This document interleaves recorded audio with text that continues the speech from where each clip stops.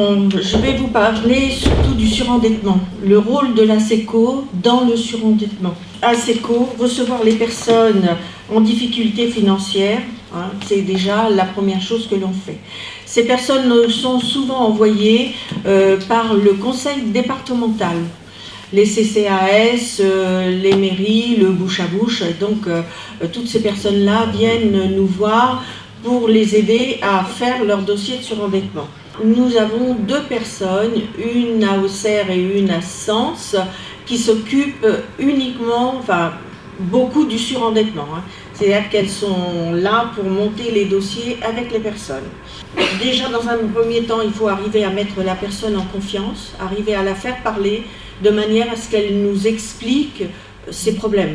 Parce que c'est pas toujours facile de dire à quelqu'un qu'on a en face de soi pourquoi on est arrivé au surendettement, qu'est-ce qui s'est passé, etc. Il y a aussi les problèmes de coupure d'électricité, d'eau ou de gaz. Donc on téléphone aux fournisseurs de manière à faire rétablir l'électricité, l'eau ou le gaz. Nous siégeons à la commission de surendettement. Donc, ce qui permet de voir un petit peu le déroulement de tous ces dossiers qu'on dépose.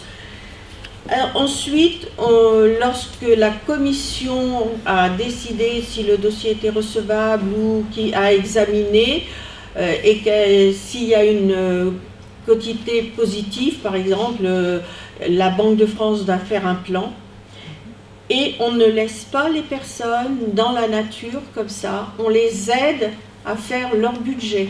C'est-à-dire qu'on met le plan en place, parce que bien souvent les gens ne savent pas comment faire, se demandent, et pour être sûr que ce soit fait et éviter un redépôt, que le dossier soit clôturé ou que les créanciers reviennent à l'achat, donc on met en place le budget.